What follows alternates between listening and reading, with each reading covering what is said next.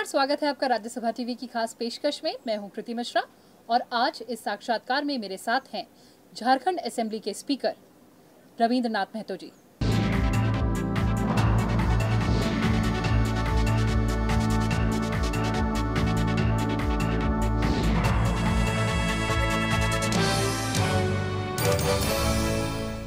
महतो जी, स्वागत है आपका राज्यसभा टीवी पे। धन्यवाद सर, सबसे पहले बात करते हैं जो all India presiding officers conference रही। कई चीज़ें, कई विषय, उन पर विचार विमर्श हुआ। आपको क्या लगता है कि इन डेलिब्रेशंस के बाद किस तरह का इम्प्रूवमेंट आएगा, कैसे इम्प्लीमेंटेशन होगा, अगर हम असेंबली लेजिस्लेचर की बात करें तो? इसका जो अवधारणा है, इस अवधारणा को शाश्वत रखने के लिए, जिंदा रखने के लिए आपको इस तरह का कार्यक्रम एक समय अंतराल में बराबर करना पड़ेगा। अगर इस कार्यक्रम को समय अंतराल में आप नहीं करेंगे तो मैं समझता हूँ बहुत सारे लोगों के दिमाग में संविधान के बारे में, संविधान बनाने वाले लोगों के बारे में, संविधान दिवस के बारे में लोगों को जानकारी नहीं होगी। इसलिए निश्चित रूप से हमारे देश का जो शासन व्यवस्था है, इस शासन व्यवस्था को जीवंत रखने के लिए इस तरह का कार्यक्रम का ज़रूरत होता है। सर, इस पर भी फोकस किया गया कि किस तरह से समन्वय ज़्यादा अच्छा रहे जो कॉन्स्टिट्यूशन के तीनों ऑर्गन्स हैं। ऐसे में आपको क्या लगता है कि किस तरह से जो रेखा है उसके अंदर ही, चाहे वो एग्जीक्यूटिव हो, लेजिस्लेचर हो या जुडिशरी हो, किस तरह से और इसको वेल डिफाइन किया जा सकता है? ये डेमोक्रेटिक शासन प्रणाली में ये जो तीन अंग हैं, विधायिका, कार्यपालिका और न्यायपालिका, ऐसे सैद्धांतिक रूप से तीनों अंग का समन्वय से ही बेहतर शासन व्यवस्था हो सकता है। लेकिन आज इतने वर्ष बीत जाने के बाद कभी कभी हम लोग देखते हैं तीनों अंग के बीच में टकराहट की स्थिति होता है, और कभी कभी ऐसा भी स्थिति उत्पन्न हो जाता है, कभी विधायिका अपने को श्रेष्ठ समझते हैं, कभी न्यायपालिका अपने को श्रेष्ठ समझते हैं, कभी कार्यपालिका अपने को श्रेष्ठ समझते हैं। और ये जो सुप्रीमेसी लोगों के अंदर में ये जब पैदा हो जाता है, इस तरह के भावना से जब लोग ग्रसित हो जाते हैं तो फिर ईगो का लड़ाई होता है, और इस ईगो का लड़ाई में दिक्कत हो जाता है, संवैधानिक व्यवस्था संकट में गिर जाता है। तो इसलिए मेरे ख्याल से जिनका जो दायरा संविधान में फिक्स्ड है, उस लक्ष्मण रेखा को लोगों को पार नहीं करना चाहिए, तभी हम लोगों के लिए एक स्वस्थ लोकतांत्रिक व्यवस्था दे सकेंगे। सर, हमने देखा कि किस तरह से हमने संविधान दिवस भी मनाया। संवैधानिक जो मूल्य हैं उनको और कैसे मजबूत किया जा सकता है और लोगों तक कैसे पहुंचाया जा सकता है? मेरा मानना है, जिस हमारा देश सही मायने में हेट्रोजीनियस इन नेचर है, तरह तरह के लोग होते हैं। कोई लोग संपन्न व्यक्ति होते हैं, कोई ऐसा भी व्यक्ति हैं जिनको कोई किसी से लेना देना नहीं है, दिन भर की मेहनत करते हैं और मेहनत का आदमी अपने मेहनत के भरोसे में अपना घर परिवार का पालन पोषण करते हैं। और हम समझते हैं कि दुनिया हम कितने आगे क्यों न चले गए हों, लेकिन लगता है कहीं ना कहीं ऐसे लोगों के लिए ये बहुत कारगर सिद्ध नहीं हो पाया है। इसीलिए इस व्यवस्था के प्रति भी लोगों का उदासीनता उत्पन्न होता है। लोग इसके बारे में जानने का प्रयास भी नहीं रखते हैं और जानते भी नहीं हैं। उनको अल्टीमेटली मन में एक ही बात रहता है कि हमको जान के फ़ायदा क्या है, इस तरह की बात है। तो मैं समझता हूँ कि उनके अंदर में ये जो निराशा का भावना उत्पन्न होता है, इस निराशा का भावना से मुक्त करने के लिए हम लोगों को इसमें और व्यापकता लाने की ज़रूरत है। इसका प्रचार प्रसार में व्यापकता लाने का ज़रूरत है। सर, आप झारखंड के प्रिसाइडिंग ऑफिसर हैं असेंबली के, तो आपने कहा कि इसमें व्यापकता लाने की ज़रूरत है, तो आप क्या ऐसे कदम उठाएंगे? इस संवैधानिक व्यवस्था के बारे में अपने माननीय सदस्यों के साथ तो चर्चा करते ही रहते हैं, और हमेशा उनको संवैधानिक व्यवस्था के बारे में याद भी दिलाते रहते हैं, और साथ साथ आग्रह भी करते हैं कि भाई इस व्यवस्था को तुम्हारे जो अनुयायी है, तुम्हारा जो फॉलोअर्स है, तुम्हारा जो डिसाइपल है, उन तमाम लोगों के बीच इस बात को बोलो, और संवैधानिक व्यवस्था का जो शासन प्रणाली है ये सर्वोत्तम भले ही नहीं है, लेकिन उत्तम व्यवस्था तो निश्चित रूप से है। इस उत्तम व्यवस्था को कैसे बरकरार रखोगे, इसके लिए इसका निरंतर चर्चा करने का काम करो। ये तो हम लोग सुझाव देते ही रहते हैं। सर, झारखंड विधानसभा की एक और खास बात है कि जो उत्कृष्ट विधायक का आप लोग जो पुरस्कार देते हैं, कैसे देते हैं, क्या सिलेक्शन क्राइटेरिया होता है, कैसे वो प्रेरणा स्रोत साबित होता है? झारखंड राज्य निर्माण होने के बाद से ही ये परिपाटी झारखंड के अंदर में लागू है, और मैं समझता हूँ इसलिए लागू है कि जनप्रतिनिधियों के अंदर में जन सेवा का भावना, उनका जो स्पिरिट को डेवलपमेंट करने के लिए उनके लिए ये प्राइज हम लोग देते हैं। और सिर्फ उन्हीं को प्राइज नहीं देते हैं, हम लोग उत्कृष्ट विधायक को देते हैं और विधानसभा के उत्कृष्ट कर्मी को भी देते हैं। और इस राज्य के अंदर में क्लास 2 में और 10th क्लास में जो लोग अव्वल आते हैं, विद्यार्थियों के बीच में टीचिंग लर्निंग सिस्टम को और डेवलप करने के लिए उन लोगों को भी हम लोग पुरस्कृत करते हैं।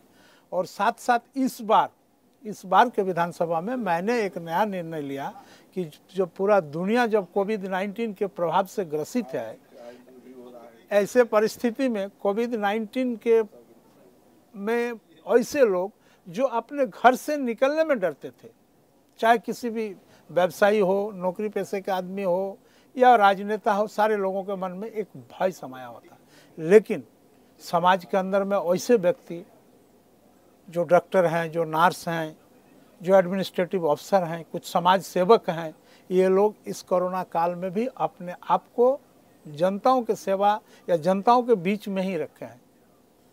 हम लोगों ने सोचा कि इस परिस्थिति में जो लोग अव्वल आए, उससे व्यक्ति को अगर पुरस्कृत नहीं करें तो मैं समझता हूँ बहुत अच्छी बात नहीं होगा। इसलिए मैंने इस बार कोविड-19 के जो वॉरियर्स हैं उनको भी पुरस्कृत करने का काम किया। और मेरे शेड्यूल में है, जैसे देश के सीमाओं में जो प्राणों की आहुति देते हैं हमारे सेना के जवान, उनको भी हम लोग पुरस्कृत करते हैं। या राज्य के अंदर में कोई छिटपुट घटना से कोई जवान का प्राण जाता है तो मैं हम लोग उनके परिवार को भी बुलाते हैं पुरस्कार के लिए। खिलाड़ियों को भी बुलाते थे, लेकिन इस कोविड-19 के समय में इसको थोड़ा हम लोग संक्षेप में ही पालन किए। और आपने इसके पहले एक सवाल हमको किया कि आप लोगों ने उत्कृष्ट विधायक का चयन कैसे करते हैं। उत्कृष्ट विधायक चयन करने के क्रम में हम लोगों ने एक नियम बनाया है, एक कमेटी बनाए हैं, और उस कमेटी के अंदर में हमारे राज्य के संसदीय कार्य मंत्री होते हैं और अनुभवी विधायक होते हैं, पक्ष के और विपक्ष के भी, और साथ साथ पत्रकार होते हैं जो हमारे विधानसभा के हर न्यूज़ को कवर करते हैं या विधानसभा के बारे में जिनको जानकारी है, वैसे पत्रकार को भी हम लोगों ने उस कमेटी में सम्मिलित करते हैं। उसके बाद विधायक लोगों का पूरा डाटा का अध्ययन किया जाता है, कौन कितने टर्म के विधायक हैं और विधानसभा में विधायी कार्य के निष्पादन में इनका किस तरह का रुचि है और ये कितना पॉजिटिव सकारात्मक भूमिका निभाने के दिशा में काम करते हैं। हम लोग इन तमाम नॉर्म्स को सेट करके सब लोगों ने मिलकर के, कमेटी मिलकर के उनको चुनती है। और हम लोग स्थापना दिवस के दिन हमारे मंच में महामहिम राज्यपाल महोदया भी उपस्थित होते हैं, माननीय राज्य के मुख्यमंत्री होते हैं और सारे गण्यमान्य व्यक्ति होते हैं, उनके समक्ष उनको पारितोषिक देने का काम करते हैं। सर, ये बेहद ही आपने दिलचस्प बात बताई। जानना चाहूँगी कि कैसे असेसमेंट होता है? कमेटी बनाई है, आपने पैरामीटर्स रखे हैं, असेसमेंट किस तरह से किया जाता है? बस सब लोग मिल करके उनका असेसमेंट करते हैं। विशेष करके उनका एक तो मैं बता दूं, जैसे कि इस बार हम लोगों ने जिनको चुना वो लगातार 7 बार विधायक रहे और 7 बार यानी 5 साल के हिसाब से टेन्योर में अगर आप जोड़े तो 35 साल से लगातार वो विधायक है। तो 35 साल तक अपने विधानसभा के जनताओं का विश्वास और अटूट विश्वास को रख पाना किसी व्यक्ति के लिए वाकई में एक बहुत बड़ा महत्वपूर्ण चीज़ होता है। बिना स्थान परिवर्तन किए, बिना कोई माने अपना विधानसभा क्षेत्र परिवर्तन किए हुए अगर इस तरह का अटूट विश्वास को निरंतर कोई अगर रखता है तो सही मायने में वो लोग श्रेष्ठ होते ही हैं। उसके बावजूद भी हम लोग उनका देखते हैं, उनका क्वेश्चन कितना होता है, वो विधानसभा में किस तरह से पेश आते हैं। तमाम नॉर्म्स को देखने के बाद हम लोग उनको चुनते हैं। आपने जैसा कि बताया कि ई विधान की भी शुरुआत हो गई है, किस तरह के कदम उठाए जा रहे हैं? मैं आपको बता दूं, इसके पहले हमारा झारखंड राज्य में विधानसभा अपना नहीं था, बल्कि वहाँ हैवी इलेक्ट्रिकल इंजीनियरिंग का जो एक एचईसी का जो मकान में ही हमारा विधानसभा चल रहा था। जस्ट हम लोग इस साल उस विधानसभा में हम लोग पहला शुरू किए। इसके पहले एक दिन का सेशन हुआ था, इनॉग्रेशन सेशन, जिसमें देश के माननीय प्रधानमंत्री जी भी वहाँ पहुँचे हुए थे। उसके बाद फिर नहीं हुआ, फिर इस बार हम लोगों ने शुरू किया। तो हम लोगों के लिए जो विधानसभा है नया सेटअप है, नया सेटअप में और नया परिवेश में सारे विधानसभा का ऑफिस, कार्यालय, दफ्तर, सारा चीज़ ले जाना, ये हम लोगों के लिए एक सही में एक जटिल काम था। तो इन तमाम कामों को करने के बाद भी हम लोगों ने ई विधान वालों से संपर्क किया है और ई विधान का जो करने का जो स्टेप्स होता है उसको हम लोग आगे बढ़ाया है। और हम समझते हैं कि निकट भविष्य में हमारा विधानसभा भी पेपरलेस विधानसभा में कन्वर्ट होगा, यही मेरा उम्मीद है। सर, जैसा कि आपने बताया कि झारखंड नया प्रदेश है, नई असेंबली बनी, क्या चैलेंजेस आए? साधारण उदाहरण से, आप अगर कहीं नया घर में अगर सेट करते हैं तो उस नया घर जाने के बाद सारा व्यवस्था आपको बदल जाता है और अपने आइडिया के अनुसार आप उस घर को व्यवस्थित करते हैं, अपने लायक बनाते हैं।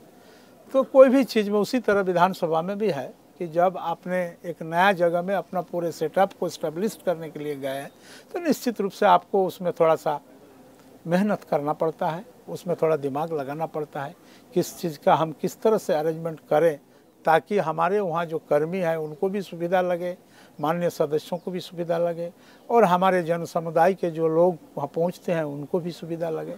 इन तमाम चीज़ों पर ध्यान देना पड़ता है और ध्यान दे करके फिर उनको अरेंज करना पड़ता है। सर, आपकी नई विधानसभा बनी लेकिन उसके बाद तुरंत ही कोविड की शुरुआत हो गई। बिल्कुल।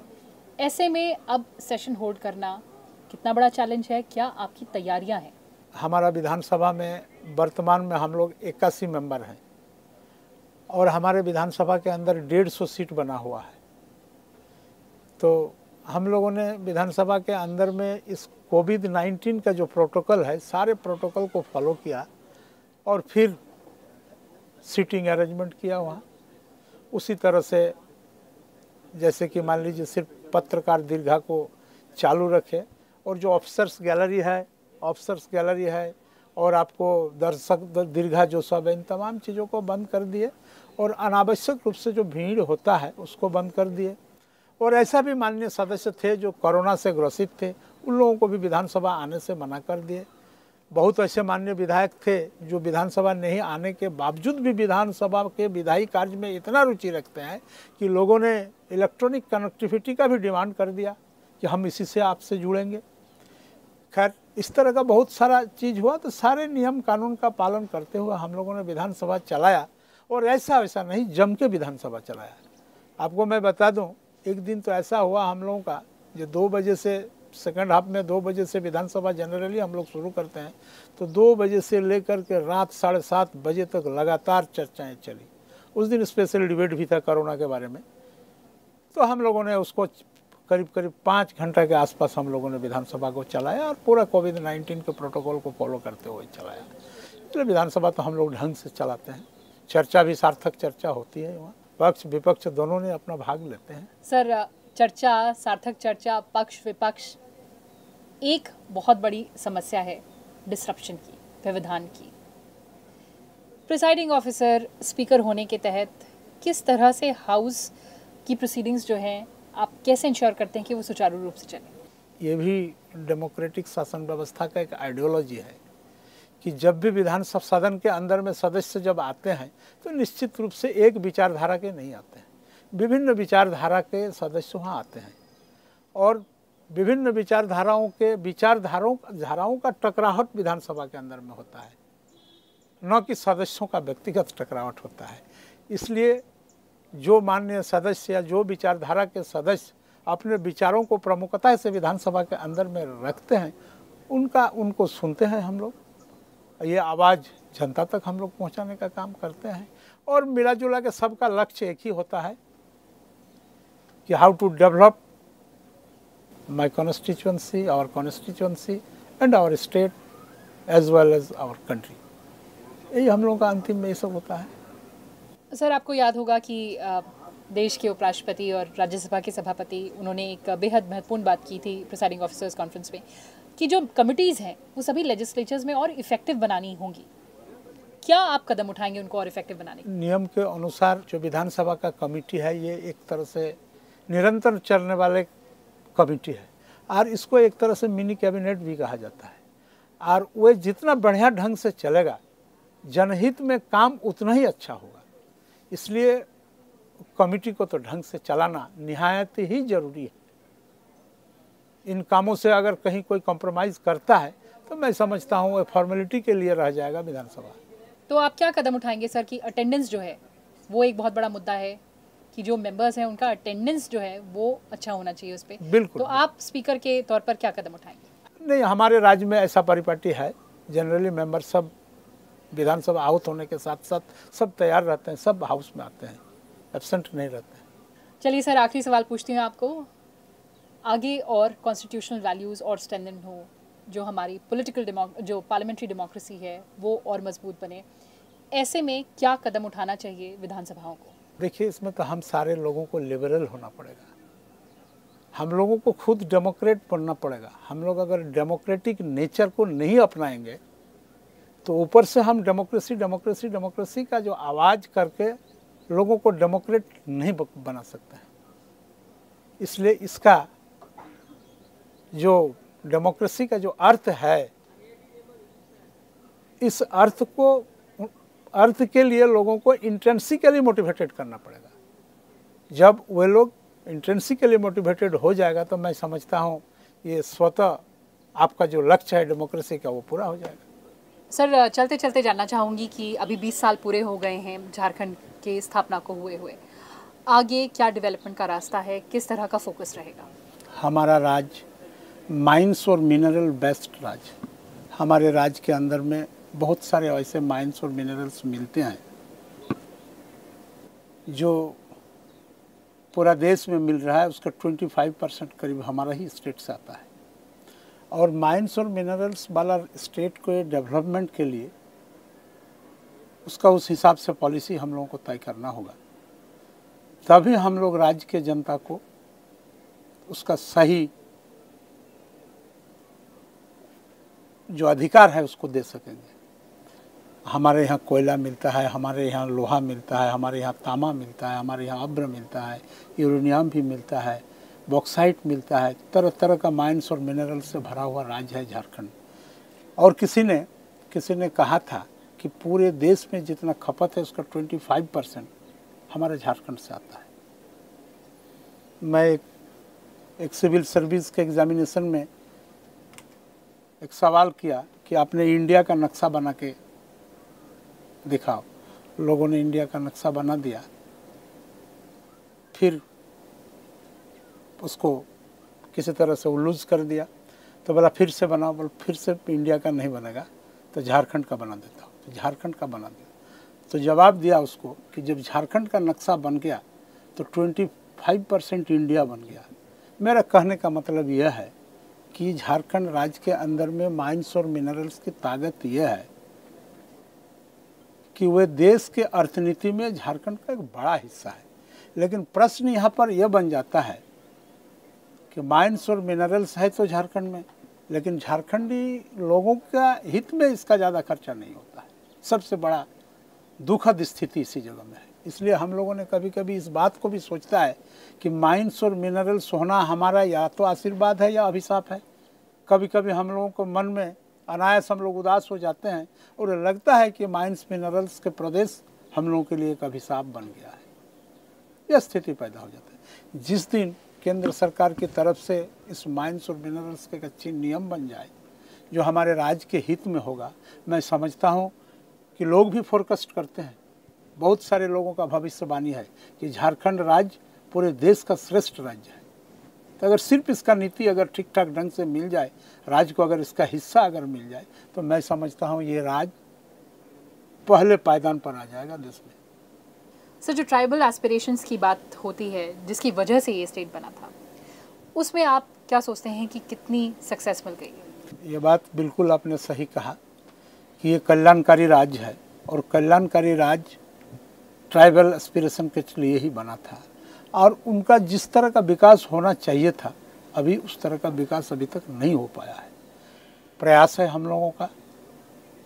मैं बता दूं कि मैं झारखंड मुक्ति मोर्चा से रिलेटेड हूं, उसी दल का राजनीति से आज यहाँ तक आपके पास तक पहुँचा हूँ और हम लोगों का मूल बेस यही है, आधार यही है। इन लोगों के विकास के लिए हम लोग सतत प्रयत्नशील रहते हैं और हम समझते हैं कि ये जो सरकार बनी है ये सरकार उनके हितों के रक्षा के लिए नियम कानून बनाएगी और आने वाला समय में इनको भी कंधे से कंधा मिलाकर चलने का एक ताकत ये सरकार देगी।